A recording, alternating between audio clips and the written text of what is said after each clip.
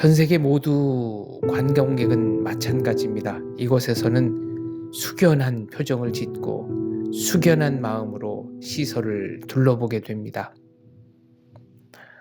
오른쪽 안쪽으로 철창들이 보이죠.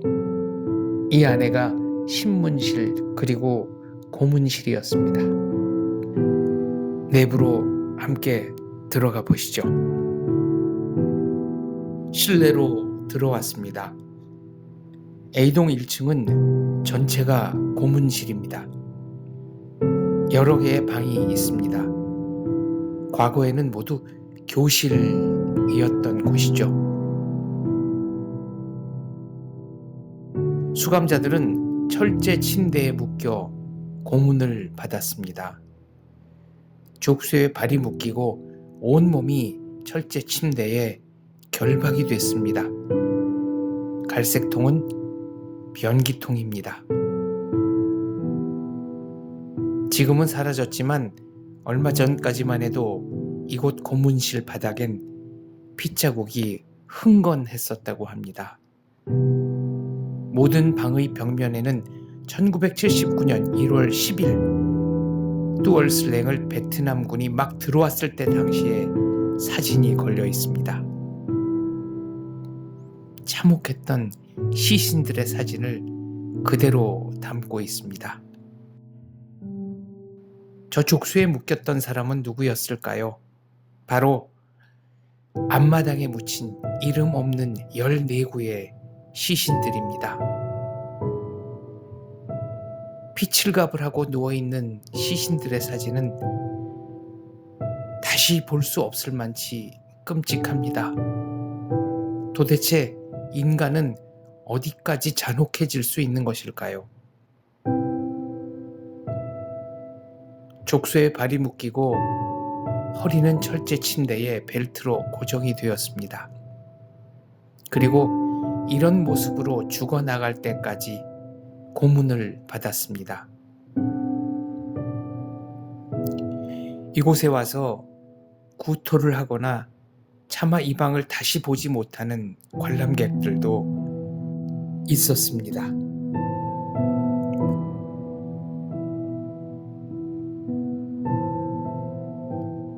쓰러진 의자가 있습니다.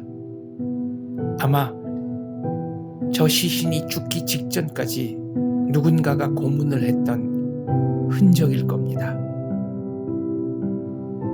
그들에게 이곳에 끌려온 사람들은 인간이 아니었습니다.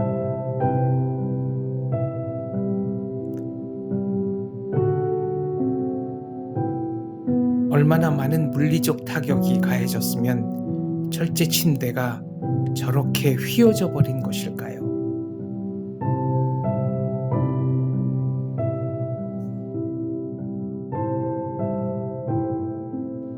모든 방마다 얼마나 많은 사람들이 와서 얼마나 끔찍한 고문을 당했던 것일까요?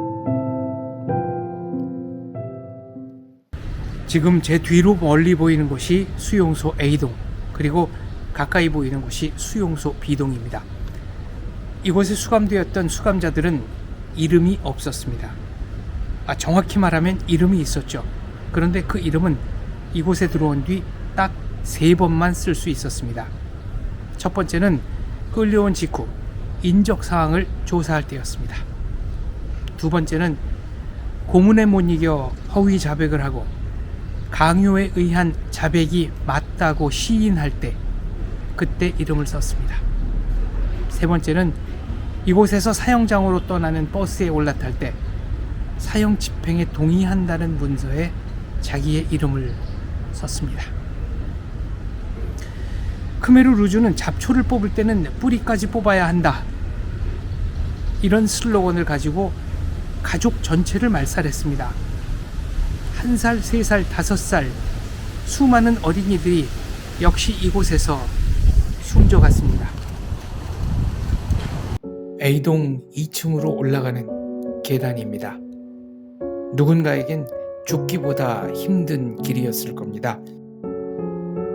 고문당한 몸으로 간수를 무등 태우고 2층, 때로는 3층까지 올라가야 했으니까요. 복도를 돌면 예전 고문실을 개조한 전시실이 있습니다. 이 방은 이곳 뚜월 슬랭에서 참혹하게 살해된 어린이들의 유품을 모아놓은 곳입니다. 부모와 함께 끌려온 어린이들도 반동분자라는 이유로 모두 살해당했습니다. 크기를 보면 저 옷을 입었던 여자아이는 4살, 5살, 6살 그 이상은 아니었을 것 같습니다.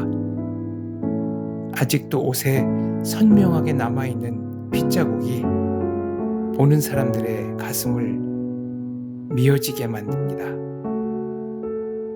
오른쪽 바지는 다른 소년이 입었던 옷이라고 합니다. 그리고 1살, 2살, 3살 영유아들이 입었던 옷들도 이렇게 전시되어 있습니다. 물론 이 어린이들도 모두 죽었습니다.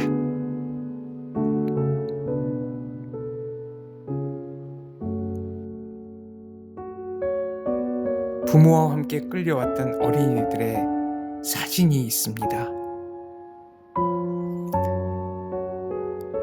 어른들처럼 목에 죄수 번호를 달고 사진을 찍었습니다.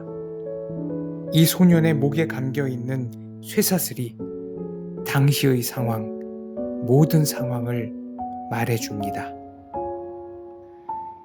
희생자들의 넋을 생각하는데 달은 화창하고 바람은 온화해서 더 서럽습니다.